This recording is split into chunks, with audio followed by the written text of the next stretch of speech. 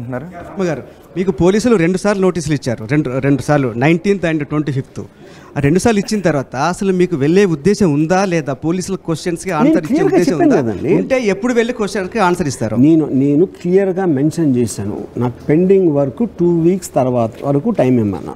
అది అలా కాకుండా ఇమీడియట్గా చేయాలి అంటే దానికన్నా తొందరగా వర్చువల్ అనేది అలౌ చేస్తారా? ఇదే నేను చెప్పింది. మీ వర్క్ ఎప్పుడు అయిపోతుంది, మీరు ఎప్పుడు వెళ్ళగలుగుతారు? నేను చెప్పాను కదా 2 weeks అని చెప్పాను కదా. 2 weeks అది నేను ఇచ్చింది అక్కడ. కానీ నిజంగా మీకు వర్క్ ఉంది, ఇన్ని మీడియా హౌస్లోకి వెళ్తున్నారు, ఇంటర్వ్యూలు ఇస్తున్నారు, మీకు ఏంటి అయినా భయం ఉందా అరెస్ట్ చేస్తారని? ఎందుకు అవాయిడ్ చేస్తున్నారు పోలీసులు? నేను దానికి ఒకే ఒక కారణం ఏంటంటే 1 year బ్యాక్ నేను పెట్టానని చెప్తున్న ఒక ట్వీట్ సడన్గా నలుగురు వేరే వేరే డిస్ట్రిక్ట్లో ఒక్కసారి మేల్కొని అరే ఇలా చేసిన వాళ్ళ మనోభావాలు దెబ్బతిని వాళ్ళకి హార్ట్ అటాక్ వచ్చినంత పని అయిపోయి వాళ్ళు పెట్టిందంటే ఆటోమేటిక్గా దాని వెనకాల ఏదో ఒక స్కీమ్ ఉందన్నది క్లియర్గా అర్థమవుతుంది కదా. నలుగురు 3-4 రోజుల తేడాలు సంవత్సరం తర్వాత ఒకళ్ళకొకళ్ళకి సంబంధం లేకుండా చేస్తారండి ఎక్కడైనా? అప్పుడు ఆబ్వియస్లీ అది ఏదో వాళ్ళ ప్రక్రియ అండి, అరెస్టా కస్టడీ ఏదో వాట్ ఎవర్ ఇట్ ఈస్, నన్ను హెరాస్ చేయడానికి ఒక స్కీమ్ అనేది నాకు అనిపించింది. అందుకని I wanted to take the legal recourse. మీకు అలాంటి that is the right of citizen. మీకు ఉన్నాయా హరాస్ చేస్తారనే భయం మీకు ఉందా ఏమన్నా? భయం క్వశ్చన్ కాదండి. Anything you have to bear because everybody has a limited power. వాళ్ళే కదా ఎవరినే చేయొచ్చు, ఎవరో రోడ్డు మీద వచ్చి నన్ను కొట్టచ్చు, లేకపోతే ఇంకోటి ఏదో అవ్వచ్చు. అలాంటిది అదేంటది లీగల్ రీకోర్స్లో నాకున్న కాన్స్టిట్యూషనల్ రైట్లో యాంటిసిపేటరీ బెయిల్ అంటే అర్థం ఏంటి అసలు? I don't feel I believe that I have done something which needs arrest. అది జ్యుడిషియరీ నాతో ఏకీభవిస్తుందా లేదా అనే దానికి అప్లికేషన్ పెట్టుకున్నాం. అంతే, అంతగానే లేదు అక్కడ. That is what everybody does. Anticipatory bail అంటే మీనింగే అది. తీసుకునే వరకు మీరు పోలీసుల ముందు హాజరు కాదలుచుకోలేదు, రైట్? ఇది కోర్టు ఒక నిర్ణయం తీసుకునే వరకు మీకు యాంటిసిపేటరీ బెయిల్ ఇవ్వాలా వద్దా అని ఒక నిర్ణయం తీసుకునే వరకు మీరు పోలీసుల దగ్గరికి వెళ్ళారు. ఇప్పుడు ఫస్ట్ ఆఫ్ ఆల్ నేను ఇచ్చిన రిప్లైకి వాళ్ళు రిప్లై ఇవ్వాలి కదా, అది కదా ప్రాసెస్. మేము ఇవ్వమని చెప్పాలి కదా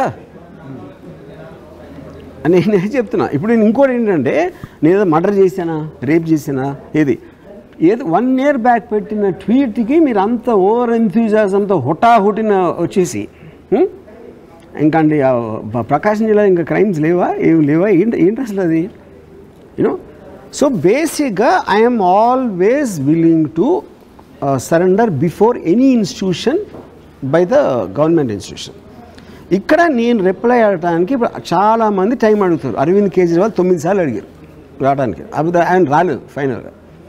కానీ ఏ రోజైతే ఇన్స్టిట్యూషన్ ఒక డెసిషన్ తీసుకుని మేము టైము ఇవ్వం, వచ్చి తీరాలి అని నోటీస్ ఇచ్చారనుకోండి, ఆబ్వియస్లీ ఐ విల్ గో. కానీ ఖచ్చితంగా పోలీసులు టైం ఇస్తారు, మీకు ఇచ్చారు కూడా. సో ఇదే నోటీస్ రామ్ గోపాల్ వర్మకు పోలీసులు తొలిసారి ఇచ్చిన నోటీస్ ఇదే నా చేతిలో ఉంది. అండ్ ఇంకా ఉన్నాయి మీకు చూపించడానికి. రామ్ గోపాల్ వర్మ నేను పెట్టినట్టు అని చెప్తున్న పోస్టులు అవి ఆయనకు గుర్తున్నాయో లేదో కూడా అడుగుదాం. రామ్ గోపాల్ వర్మ గారు, ఇక్కడ దాన్ని మీరు కంప్లైంట్ చేయకపోతే liable to arrest under section 35 subsection 6 of BNLS. చెప్పాను కదా నేను. సో రెండోసారి కూడా నోటీసులు ఇచ్చినప్పుడు మీరు కంప్లైంట్ చేయలేదని భావించడానికి పోలీసులకు ఇప్పుడే చెప్పాను ఆన్సర్. ఇన్నరా మీరేంటి? విన్నాను. నేను చెప్పేది అదే నేను చెప్తున్నా.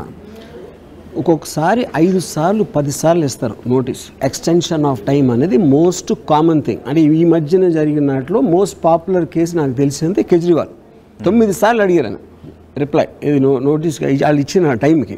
అది ఎవరైనా చేయొచ్చు, కానీ ఎనీ టైం వాళ్ళు మేము టైం ఇవ్వమని చెప్పొచ్చు. ఆ టైం అది చెప్పినప్పుడు ఇదేంటి, దీని మీనింగ్ ఏముంది? అంటే మీకేమన్నా అప్రహెన్షన్ ఉందా? పోలీసులు ఇంకొక టైం ఇవ్వలేదు, రమ్మని ఇవ్వలేదు కాబట్టి ఏ క్షణమైనా ఇచ్చే అవకాశం ఉంది? ఇవ్వచ్చు కదా, ఇప్పుడే రావచ్చు. అంటే వాళ్ళ వ్యూహం అలా ఉంది అని నాకు ఎలా తెలుస్తుంది? నేను నమ్ముతుంది ఇప్పుడే చెప్పాను 2 నిమిషాల ముందు. ఒకేసారి 4, 5, 6 కేసులు ఇదే దాని మీద వేరే వేరే చోట పెట్టడం మీద అదొక స్కీమ్ ప్రకారం నడుస్తుంది అని నాకు ఒక సస్పిషన్ వచ్చింది. ఆ సస్పిషన్ బేసిస్ మీద నేను what ever judiciary things I'm taking, I'm doing that. Okay, మళ్ళీ కేసు దగ్గరికి వద్దాం. కానీ నేను పెట్టినట్టు అని చెబుతున్న పోస్టుల గురించి అని అంటున్నారు. మీకు ఆ పోస్టులు గుర్తున్నాయా లేవా రామ్ గోపాల్ వర్మ గారు? నేను రోజుకి అట్లీస్ట్ 10 ట్వీట్లు పెడతా. అది నాకు సంబంధించిన వేరే కరెంట్ ఈవెంట్సా ఇదా అదా అంటే 1 year బ్యాక్ అంటే నాకు తెలిసి 1000 ట్వీట్లు ఉంటాయి నేను పెట్టిన. ఇందులో ఎప్పుడేం పెట్టా నాకైతే తెలియదు, అసలు ఎలా గుర్తుంటుంది నాకు గుర్తులేదు. రామ్ గోపాల్ వర్మ గారు, మీరు ఆర్టీవీ స్టూడియోలో లైవ్లో ఉన్నారని 2 తెలుగు రాష్ట్రాల ప్రజలు చాలా ఆసక్తిగా చూస్తున్నారు ఈ ఇంటర్వ్యూని, ఈ క్రాస్ ఎగ్జామినేషన్. వేలాది మంది చూస్తున్నారు. సో చూస్తున్న ఆడియన్స్కి, ప్రేక్షకులకు నేను ఒకటి అడుగుతున్నాను. మీరు రామ్ గోపాల్ వర్మని ఏదైనా క్వశ్చన్ అడగాలి అనుకుంటే ఆ క్వశ్చన్ని కమెంట్ బాక్స్లో తెలపండి. ఆ క్వశ్చన్ ఇప్పుడు రామ్ గోపాల్ వర్మని మీరు అడిగిన క్వశ్చన్ నేను లైవ్లో కూడా అడుగుతాను. అన్పార్లమెంటరీ లాంగ్వేజ్ యూజ్ చేయొద్దు, కేవలం మీరు అడగాలనుకున్న క్వశ్చన్ మాత్రం అడగండి. ఎస్ రామ్ గోపాల్ వర్మ గారు, అన్పార్లమెంటరీ లాంగ్వేజ్ యూజ్ చేస్తే నేను వాళ్ళ మీద కంప్లైంట్ పెడతా. పెడతారా? పెడతా, అయ్యి సరదాగానే. ఓకే. రామ్ గోపాల్ వర్మ గారు, ఎన్నో పోస్టులు మీరు పెట్టానని అంటున్నారు, కానీ మీరు పెట్టిన ఆ పోస్ట్ సాధారణ వ్యక్తుల మీద కాదు, విపరీతమైన ప్రజాభిమానం ఉన్నటువంటి వ్యక్తుల మీద, సొసైటీలో ప్రముఖ వ్యక్తుల మీద, ఒక పార్టీ అధ్యక్షుడి మీద, మాజీ ముఖ్యమంత్రి మీద, ఒక స్టార్ ఫిల్మ్ యాక్టర్ మీద, ఒక మాజీ మంత్రి మీద. ఇవి నార్మల్ పోస్ట్ లాగానే మీరు పరిగణించారు, ఏదో మామూలుగా పెట్టేసినట్టు? సోషల్ మీడియా ఓపెన్ చేస్తే రోజుకి 100 వస్తాయి ఇలాంటి. సోషల్ మీడియా ఉన్నదే దానికి. సామాజిక బాధ్యత ఉన్నటువంటి దానికి సంబంధం లేదు లేదా? ఎక్స్ప్రెషన్ ఆఫ్ 19(1)A ప్రకారం ఎవరు ఏమనుకున్నా ప్రజాస్వామ్యంలో any manner they can express an opinion. 19(2) ప్రకారం మీరు మీ ఫ్రీడమ్ ఆఫ్ ఎక్స్ప్రెషన్ ఎదుటి వాళ్ళ గౌరవ మర్యాదకు భంగం కలిగించకూడదని చెప్తున్నాను. 19(2)కి వస్తున్నాం. అప్పుడేంటి reasonable restrictions of the freedom of ఎక్స్ప్రెషన్లో it can cause some kind of an action which will be harmful for some people, disharmony, లేకపోతే ఏదో కాన్ఫ్లిక్ట్, లేకపోతే అది రాదు. 1 year బ్యాక్ నేను పెట్టినప్పుడు అది వచ్చిందా? ఇంతవరకు 1 yearలో అసలు ఆ ట్వీట్ గురించి ఎవడన్నా మాట్లాడా? పాయింట్ 1 అంటే యాక్షన్ లేదు అక్కడ. ఫస్ట్ ఆఫ్ ఆల్ దానికి సంబంధించి నేను చెప్పాను, కొట్టి వీడిని అంతే ఫోర్స్తో కొట్టాను, వీళ్ళని అంతే ఫోర్స్తో కొట్టాను, వాడు ఏమనలేదు, వీళ్ళు ఎందుకు కేసు పెడతారని అడుగుతారా? అది స్టూపిడ్. ఎందుకంటే కొట్టడం అనేది act of violence, that is created a certain element of action. ఇక్కడ యాక్షన్ లేదు అక్కడ. First that is what they mention about 19(2). Okay, ఇప్పుడు ఇంకోటి ఏంటంటే, ఇప్పుడు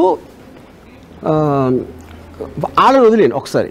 కంప్లైంట్ చేసిన వాళ్ళని ఇప్పుడు వాళ్ళు 1 year తర్వాత ఎందుకు నిద్ర లేస్తారు అనేది ఒక్కటి పెడితే, మీడియా కూడా నోటీస్ చేసినప్పుడు, మీడియా అంటే అట్లీస్ట్ అందరిని ఫాలో అవుతూ ఉంటారు కదా, ఈ ట్వీట్లు ఏంటి ఎలా పెట్టాడు, 1 yearలో ఎవడన్నా మీడియా కూడా చెప్పలేదు ఆ ట్వీట్ల మీద ఏదో ఒక స్పెషల్గా ఎవరినో ఏదో చేశారని. ఇంకోటి, మీరు వాళ్ళ స్టేటస్ ఏమైనా చెప్తున్నారో, పొద్దున్న లేస్తే వాళ్ళు బూతులు తట్టరా అందరినీ? అందరూ సిబిఎన్ గారు, పవన్ కళ్యాణ్ అరే కొట్టేస్తాం, నరికేస్తాం, చంపేస్తాం ఎవరు చెప్తారు? అందరూ అరే ఎవరినండి, ఎవరో ఒకరు మనోభావాలు దెబ్బతిన్నాయని అది చెప్తున్నా. నా మనోభావాలు ఎప్పుడు దెబ్బతినవు.